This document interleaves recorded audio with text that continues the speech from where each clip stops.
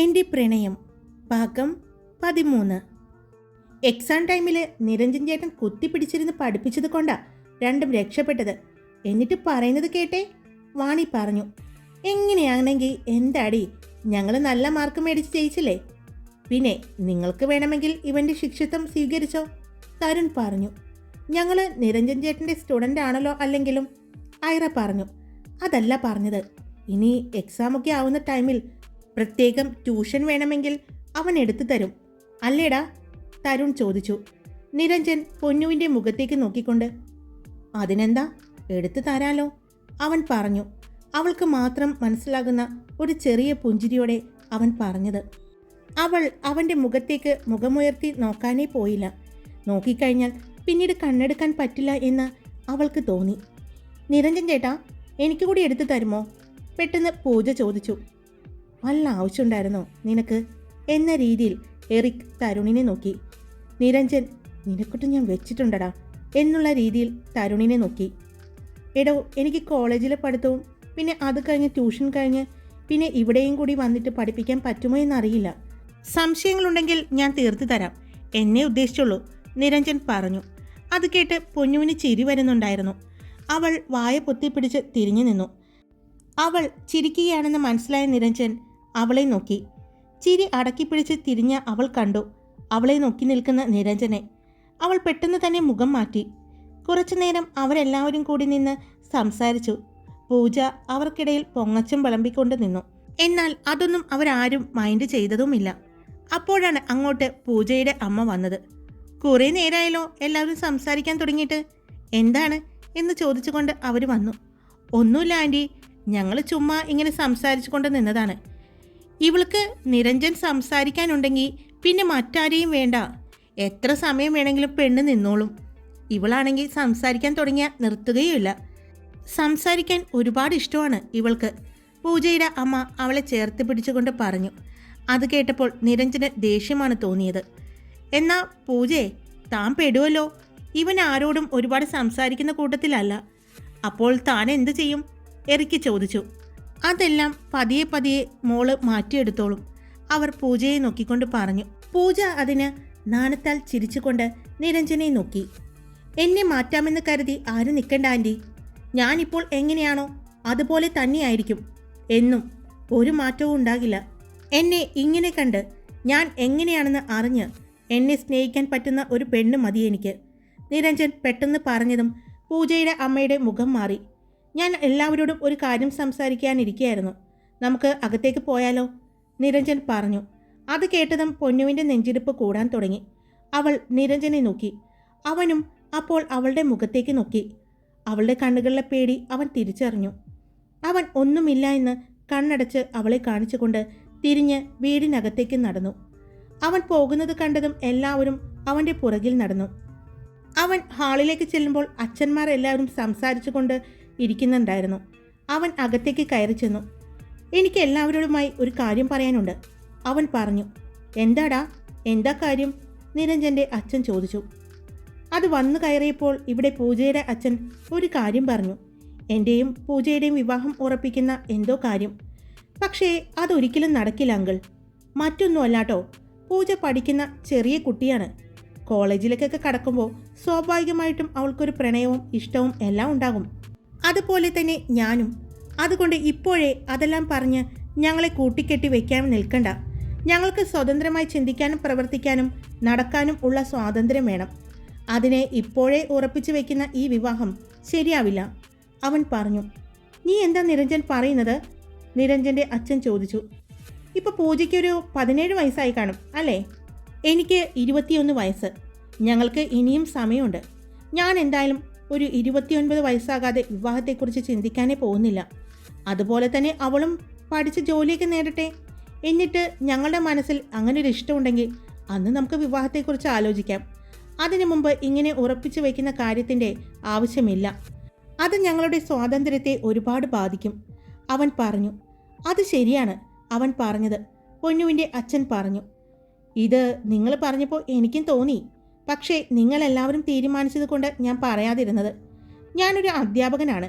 എനിക്ക് പലപ്പോഴും തോന്നിയിട്ടുണ്ട്, ഈ ചെറുതിലെ കുട്ടികളെ പിടിച്ച് കല്യാണം കഴിപ്പിക്കുന്ന കാര്യത്തിൽ എനിക്കൊരു താല്പര്യവും അവർ നടക്കട്ടെ സ്വതന്ത്രരായിട്ട്. അവർ പഠിച്ച് ജോലിയൊക്കെ നേടുമ്പോൾ അപ്പോഴും ഇതേ ഇഷ്ടം അവരുടെ മനസ്സിലുണ്ടെങ്കിൽ നമുക്ക് ആലോചിക്കാം.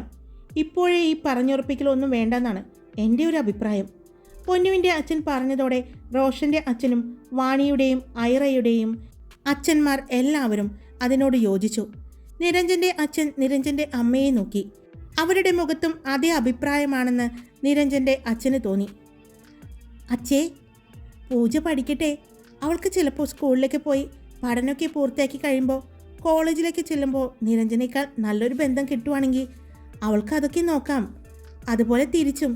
അതുകൊണ്ട് ഇപ്പോഴേ പറഞ്ഞു വെക്കണ്ടേ അച്ഛേ, നന്ദയും പറഞ്ഞു. അത് ശരിയാണോ?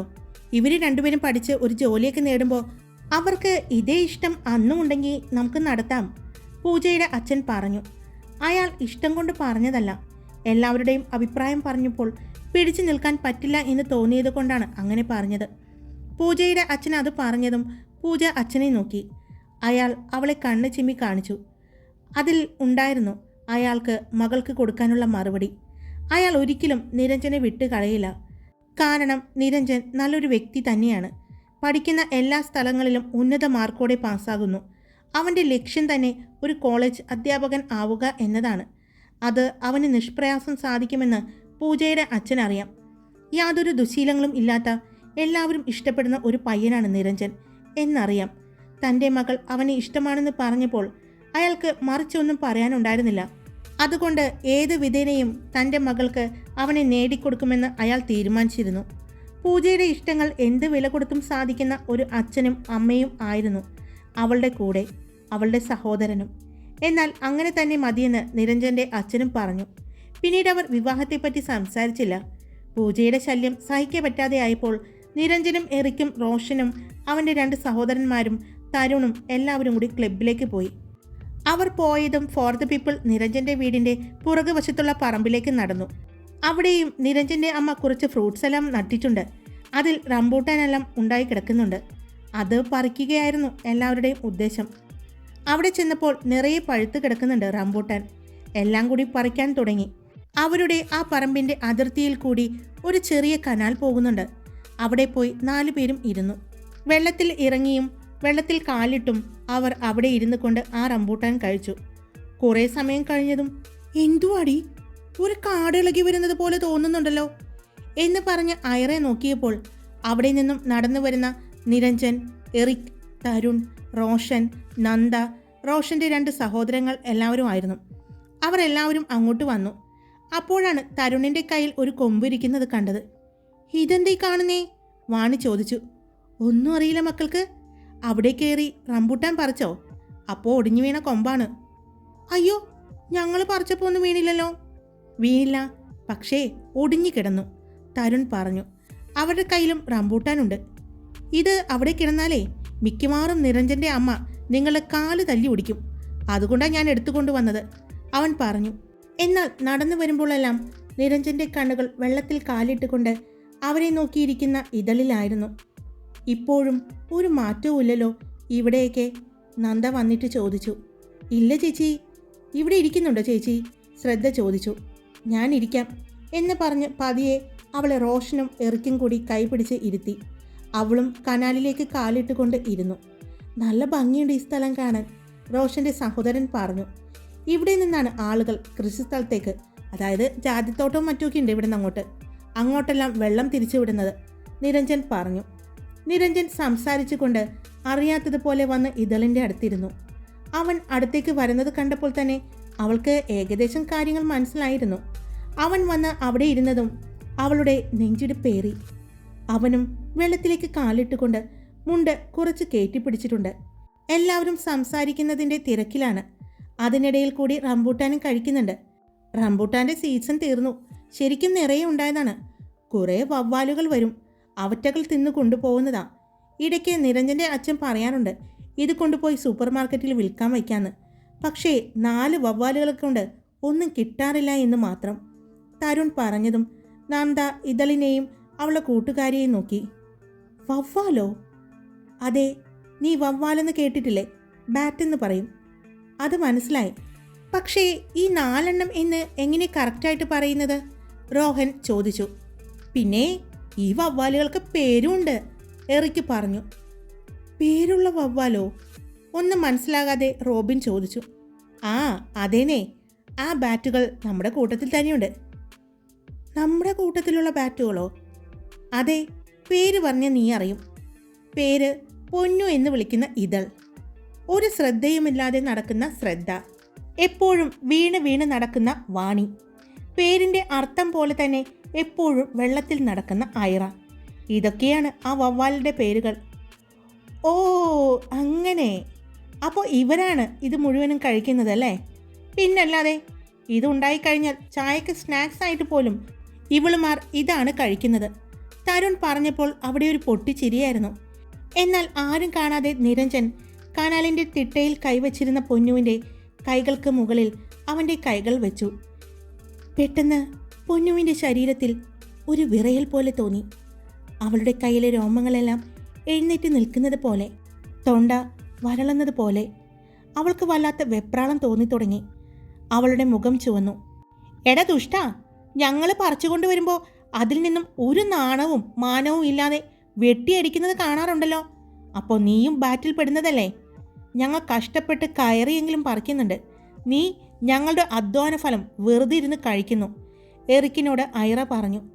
എന്നാൽ നിരഞ്ജൻ്റെ കണ്ണുകൾ പൊന്നുവിലായിരുന്നു. അവളുടെ അടുത്തായാണ് അവൻ ഇരിക്കുന്നത്. അവളുടെ മുഖത്ത് വരുന്ന മാറ്റവും കൈകളിലെ വിറയലും അവൻ അറിയുന്നുണ്ടായിരുന്നു. അവൻ ഒന്നും അറിയാത്തതുപോലെ അവരോട് സംസാരിച്ചു കൊണ്ടിരുന്നു. ഇടയ്ക്ക് പൊന്നു അവൻ്റെ കൈമാറ്റാൻ ശ്രമിക്കുന്നുണ്ട്. പക്ഷെ അപ്പോൾ അവൻ അവൻ്റെ കൈകൾ കൊണ്ട് അവളുടെ കയ്യിൽ മുറുകെ പിടിക്കും.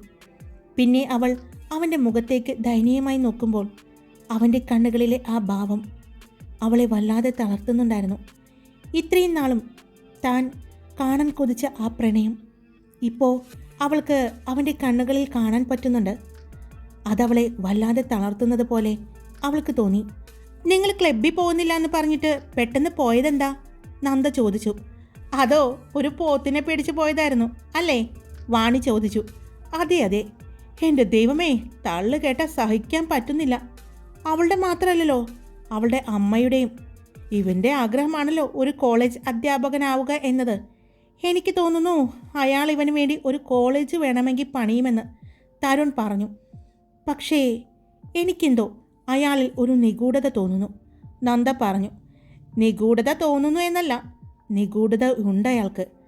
അയാളൊരു പോലീസ് ഓഫീസർ ആയതുകൊണ്ട് നീ സൂക്ഷിക്കണം നിരഞ്ജ, റോഷൻ പറഞ്ഞു. ഞാൻ തെറ്റ് ചെയ്യാത്ത കാലത്തോളം ഞാൻ ആരെയും പേടിക്കില്ല അളിയ. അതിൻ്റെ ആവശ്യം എനിക്കില്ല, നിരഞ്ജൻ ഉറച്ച ശബ്ദത്തിൽ പറഞ്ഞു. അതവൻ പറയുമ്പോൾ പൊന്നു അവനെ തലചരിച്ച് നോക്കി. അവളുടെ മുഖത്ത് ചെറിയൊരു പേടിയായിരുന്നു. നിരഞ്ജൻ ഒന്നുമില്ല എന്നുള്ള രീതിയിൽ അവളെ കണ്ണ് ചിമ്മി കാണിച്ചു. പിന്നെയും അവരെല്ലാവരും കുറച്ചു നേരം കൂടി സംസാരിച്ചു കൊണ്ടിരുന്നു. കനാലിലൂടെ ആരെങ്കിലും നടന്ന് അവരുടെ ഭാഗത്തേക്ക് വരുമ്പോൾ നിരഞ്ജൻ അവളുടെ കയ്യിൽ നിന്നും കൈമാറ്റും. അവർ മാറിക്കഴിയുമ്പോൾ അവൻ വീണ്ടും അവളുടെ കയ്യിൽ പിടിക്കും. അങ്ങനെ ആരും അറിയാതെ രണ്ടുപേരും മൗനമായി അവരുടെ പ്രണയ നിമിഷങ്ങൾ കൊണ്ടുപോയിക്കൊണ്ടിരുന്നു.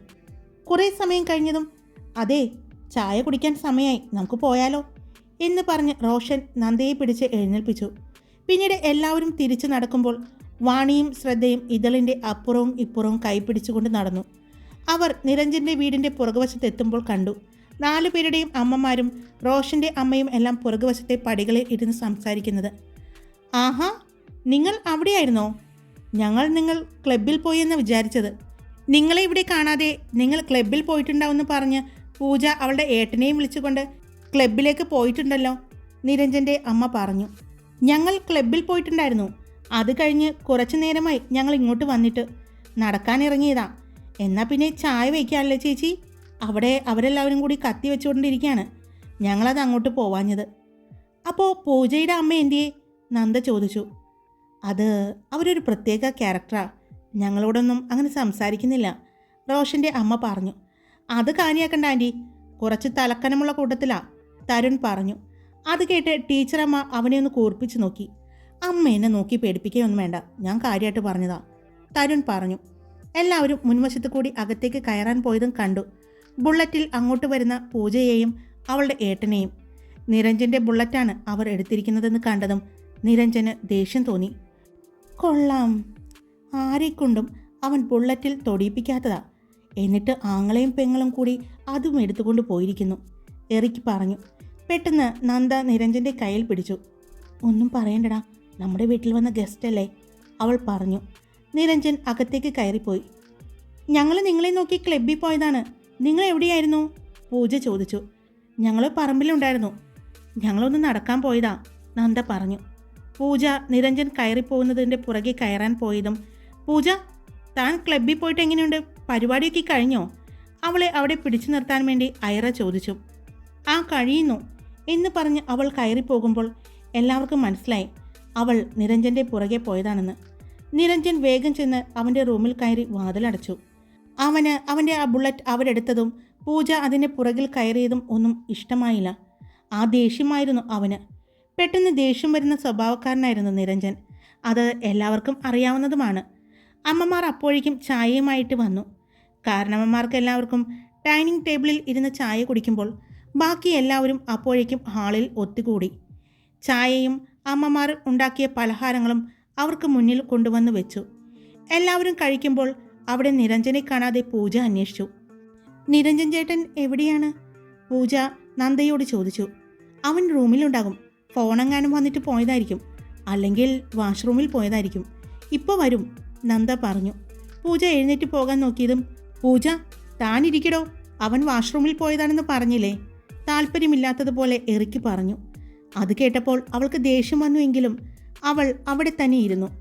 എന്നാൽ നിരഞ്ജൻ ദേഷ്യപ്പെട്ടാണ് പോയതെന്ന് മനസ്സിലാക്കിയ പൊന്നു ആരുടെയും ശ്രദ്ധയിൽപ്പെടാതെ മുകളിലേക്ക് പടികൾ കയറിപ്പോയി. അവൾ വേഗം നിരഞ്ജൻ്റെ റൂമിൽ ചെന്നു. നിരഞ്ജൻ്റെ റൂമിൽ ഡോർ ഹാൻഡിൽ പിടിച്ചതും പെട്ടെന്ന് ഡോറ് തുറന്നു. മുന്നിൽ നിരഞ്ജനെ കണ്ടതും ഞെട്ടി നിന്ന അവളെ നിരഞ്ജൻ പെട്ടെന്ന് കൈപിടിച്ച് അകത്തേക്ക് വലിച്ചു കയറ്റി ഡോറടച്ചു.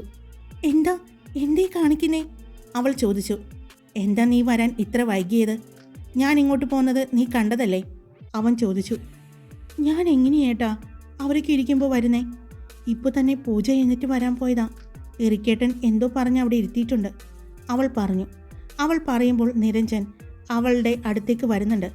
അവൾ പതിയെ അവൻ വരുന്നതനുസരിച്ച് പിന്നിലേക്ക് നടന്നുകൊണ്ടാണ് പറയുന്നത്. അവൻ്റെ കണ്ണുകൾ അവളുടെ കണ്ണുകളിൽ തന്നെയായിരുന്നു. അവളും അവൻ്റെ കണ്ണുകളിലേക്ക് തന്നെ നോക്കിയാണ് പറയുന്നത്. അവൻ്റെ ചുണ്ടിൽ ഒരു പുഞ്ചിരി അവൾക്ക് കാണാൻ പറ്റുന്നുണ്ടായിരുന്നു. അവൾ നടന്ന് പുറകിലേക്ക് പോകുന്നത് കണ്ടതും നിരഞ്ജൻ പെട്ടെന്ന് തിരിഞ്ഞ് പുറകിലേക്ക് ഒന്ന് നോക്കി. അവൻ നോക്കുന്നത് കണ്ടതും ആ നിമിഷം അവളും തിരിഞ്ഞ് പുറകിലേക്ക് നോക്കി. ആ നിമിഷം കൊണ്ട് തന്നെ അവൻ അവളുടെ അരയിലൂടെ കൈയിട്ട് അവളെ ചേർത്ത് നിർത്തി. നീ എന്താ ഇങ്ങോട്ട് വന്നത്? അവൻ ചോദിച്ചു. അത് പിന്നെ ചായ കുടിക്കാൻ. എല്ലാവരും ചായ കുടിക്കുന്നു. കാണാതായപ്പോൾ അന്വേഷിച്ച് വന്നതാ ഞാൻ, അവൾ പറഞ്ഞു. എനിക്കറിയാം നീ വരുമെന്ന്. നീ വരാൻ വേണ്ടി കാത്തിരിക്കുകയായിരുന്നു ഞാൻ. അവൻ അവളുടെ മുഖത്തേക്ക് വീണ് കിടക്കുന്ന കുഞ്ഞു മുടികളെ അവൻ്റെ വലത് കൈകൊണ്ട് മാടി ഒതുക്കി. അപ്പോഴും ഇടത് കൈകൊണ്ട് അവളെ അവൻ ചേർത്ത് പിടിച്ചിട്ടുണ്ട്. പൊന്നു, എനിക്ക് വേണ്ടി 2 വരി ഒന്ന് പാടുമോ? അവൻ ചോദിച്ചു. അവൾ ഒരു ഞെട്ടലോടെ അവൻ്റെ മുഖത്തേക്ക് നോക്കി. നീ നന്നായിട്ട് വയലിൻ വായിക്കും, അതോടൊപ്പം നീ പാടുകയും ചെയ്യുമെന്ന് എനിക്കറിയാം. അതുകൊണ്ട് ഒന്ന് പാട്. പാടിയിട്ടേ നിന്നെ ഇവിടെ നിന്ന് ഞാൻ വിടൂ, അവൻ പറഞ്ഞു. അത് പെട്ടെന്ന് പാടാൻ പറഞ്ഞ അവൾ പറയുന്നതിന് തടസ്സം നിന്നുകൊണ്ട് അവൻ്റെ വലത് കൈയുടെ ചൂണ്ടുവിരൽ അവളുടെ ചുണ്ടിൽ വെച്ചുകൊണ്ട് പറഞ്ഞു. ഒരു എക്സ്ക്യൂസും ഇല്ല, പാടിക്കോ, അവൻ പറയുമ്പോൾ അവളുടെ അരയിൽ അവൻ്റെ ഇടത് കൈ മുറുകുന്നത് അവൾ അറിഞ്ഞു. അവളുടെ ഇടത് കൈ അവൻ്റെ നെഞ്ചിലാണ് അവൾ വെച്ചിരിക്കുന്നത്. എന്നിട്ട് അവൾ അവൻ്റെ കണ്ണുകളിലേക്ക് നോക്കിക്കൊണ്ട് പാടി. അറിയാതെ ഞാനെൻ്റെ പ്രണയത്തെ വീണ്ടുമിൻ നെഞ്ചോടു ദുഃഖി കിടന്നിരുന്നു. കാലൊച്ചയില്ലാതെ വന്നു നീ മെല്ലെ കവിളോടൊരുമ്മി കിതച്ചിരുന്നു. അവളുടെ ആ പാട്ടിൽ അവളുടെ കണ്ണുകളിലേക്ക് നോക്കി തന്നെ അവൻ നിന്നു. ഹായ്, എല്ലാവരും സുഖാണോ? ഞാൻ സുഖമായിട്ടിരിക്കുന്നു. അപ്പോൾ നമ്മുടെ എൻ്റെ പ്രണയം എന്ന സ്റ്റോറിയിലും പാട്ട് കൊണ്ടുവന്നിട്ടുണ്ട്. ഇപ്പോൾ ഒറ്റയ്ക്ക് ചെയ്തുകൊണ്ടിരുന്ന എൻ്റെ സ്റ്റോറിയിലേക്ക് എന്നെ സഹായിക്കാനായിട്ട് മനോഹരമായ പാട്ടുമായിട്ട് ഞങ്ങളുടെ കുട്ടിയും കൂടി വന്നിട്ടുണ്ട്, അഞ്ജു.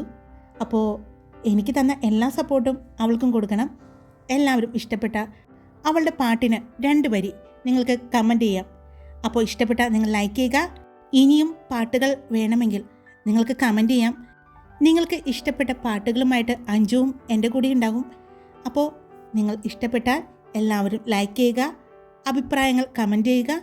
സബ്സ്ക്രൈബ് ചെയ്യാതെ വീഡിയോ കേൾക്കുന്നവരുണ്ടെങ്കിൽ സബ്സ്ക്രൈബ് ചെയ്ത് സപ്പോർട്ട് ചെയ്യുക. Love you all. It's me Karthika.